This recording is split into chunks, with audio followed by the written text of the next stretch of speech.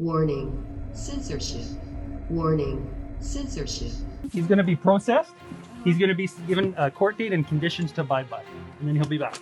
Oh, Today. Oh, yeah. Absolutely. Yeah. Okay. Like See in a you couple guys. hours. Well, no, it turns out that they had received information from the Justice Department to be as toxic and as mean and as difficult as possible and let it bleed as long as possible. So instead of a 2-hour process, it turned into almost a 24-hour process for all of us in jail. It's unlawful, and as a police officer, and especially if you're following your Constitution and your oath to the Constitution, you can resist any kind of unlawful thing. Okay? I'm following my oath to the Queen.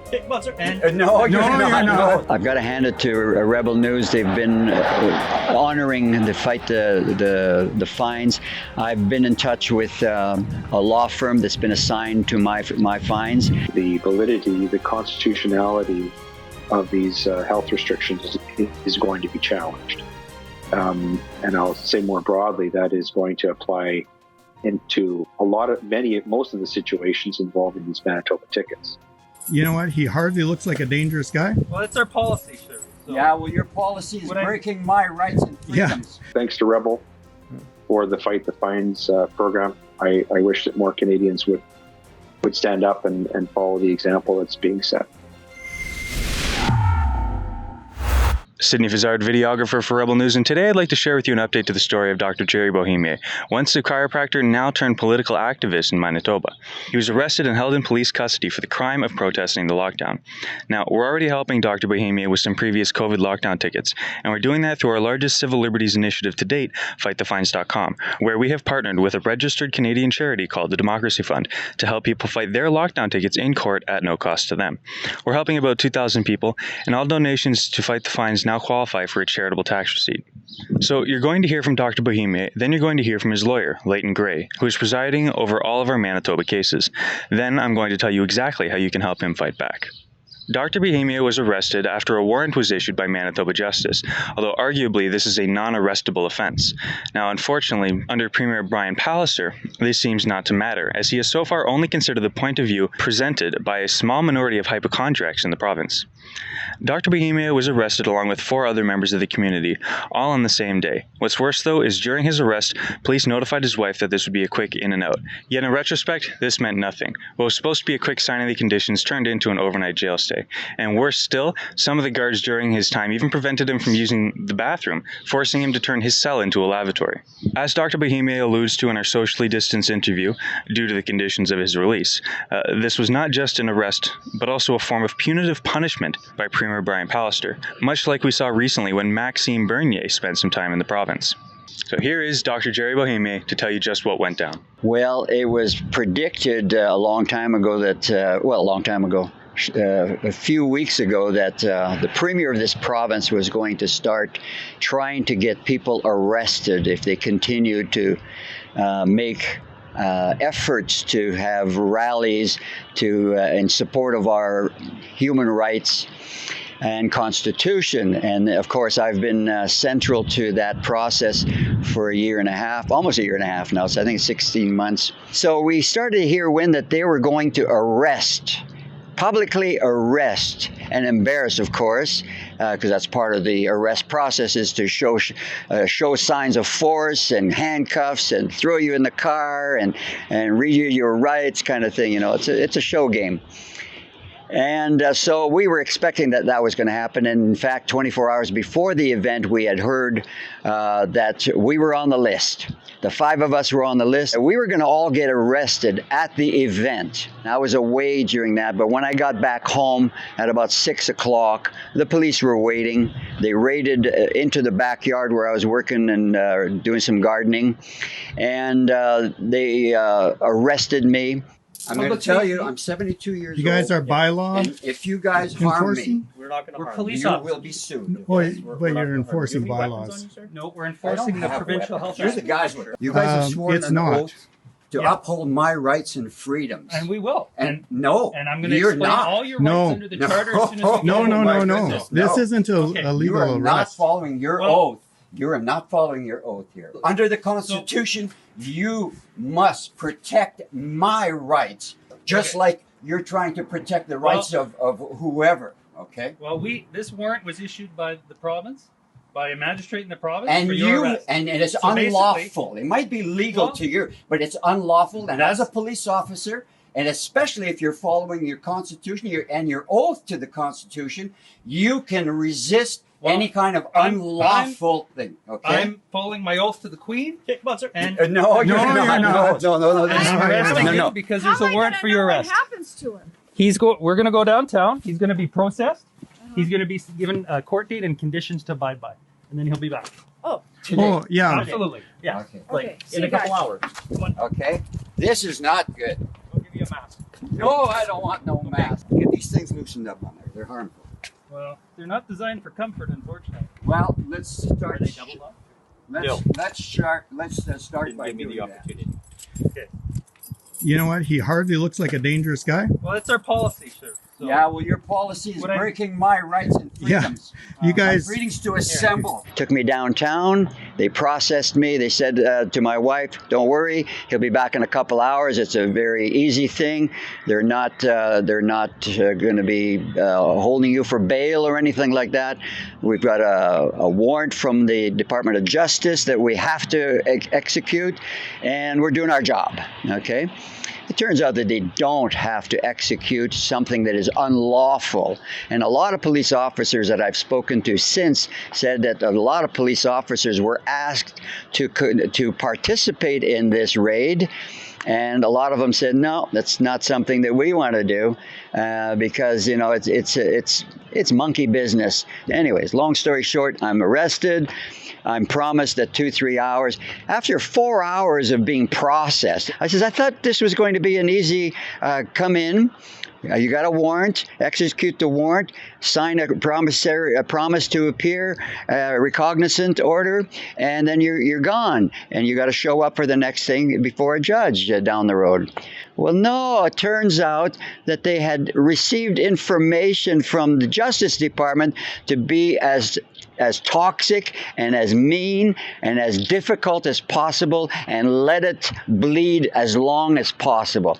So instead of a 2-hour process, it turned into almost a 24-hour process for all of us in jail, and an extended period of time with as much things thrown at us and a much attitude. And a lot of officers are not happy with that, being pushed to go against their oath of office, which is to treat people equally and without prejudice, and to uphold their rights and freedom and uphold the Constitution of Canada, the highest level of law that we have in Canada, okay?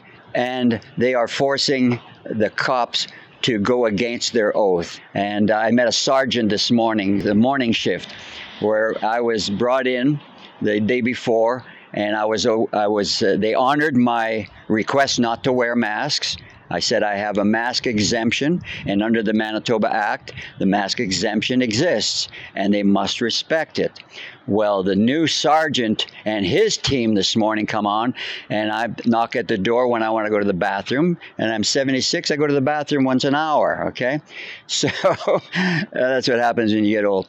But anyways, this sergeant didn't want to hear anything about not wearing masks. You're wearing a mask. And he started to swear. He F-bombed me with his face no less than 12 inches away from me, staring me down and giving me a lecture like as if I was a killer on the street that they had just apprehended that shot one of their own people, okay? He was ready he had such a red glow on him. He was just ready to blow a fuse. And I just stared him down, and I was so pitifully seeing on that. And so basically, they shut the door on me, and they wouldn't let me pee. But I turned around in my cell, and on the corner, I saw there was a drain in there. These are all concrete rooms, so they power wash these rooms. And there was a drain there. So I had a pee pot right there. And so I had no more worries about not being able to hold, because at my age, I don't hold it that much. I got to get up and do it. That's it. I've had 8 tickets right now. Every ticket is $1,296. Well, these tickets, we're just accumulating them, and that's why that Pallister has been screaming that we've got to arrest these people. We've got to give them $100,000 fines. We've got to make their lives miserable. Well, when the government starts to want their citizens to be treated that way, guess what? They just have to ask the police, and there's half of the police, 50% of the police are more than happy to treat people really badly. The other 50% are following their oath. I've got to hand it to Rebel News. They've been honoring the fight, the fines. I've been in touch with a law firm that's been assigned to my fines, and we're slowly amassing the paperwork that's going to need to eventually do that. To help these clients that we have in Manitoba, including Sharon, including Patrick Allard, including Dr. Gerry Bohemier, including Todd McDougall, we actually have Leighton Gray. He's a top-tier lawyer that we have helping with all the Manitoba Fight the Fines clients. Can you give us an update on Dr. Gerry Bohemier's case? Dr. Bohemier is a retired chiropractor, kind of an interesting guy. He has a relationship with Mr. Allard. They've known each other for some time, and he's somebody, again, who is very, very interested in civil liberties. In fact, Mr. Allard and Dr. Bohemi are directors of a non-profit organization called Manitobans for Rights and Freedoms, Inc. And the main aim of that organization is to raise funds for people that have got tickets and need to pay them. So it's because of that level of organization that Mr. Allard and Dr. Bohemi have been sort of zeroed in on by the Manitoba health services people. But Mr. Bohemier, in his case, we've also made a request to have his bail conditions varied for the same reasons, because there is a sort of a network here among these people where they know each other and they talk, and they have been involved in organization of these rallies, and Dr. Bohemi has been very active in that sense. The approach to his legal defense is very much the same as the others in terms of alleging violations of his charter-protected freedoms. Without getting into too much information, how do you plan on fighting for Dr. Bohemier? This is a situation where the validity, the constitutionality of these health restrictions is going to be challenged. And I'll say more broadly, that is going to apply into most of the situations involving these Manitoba tickets.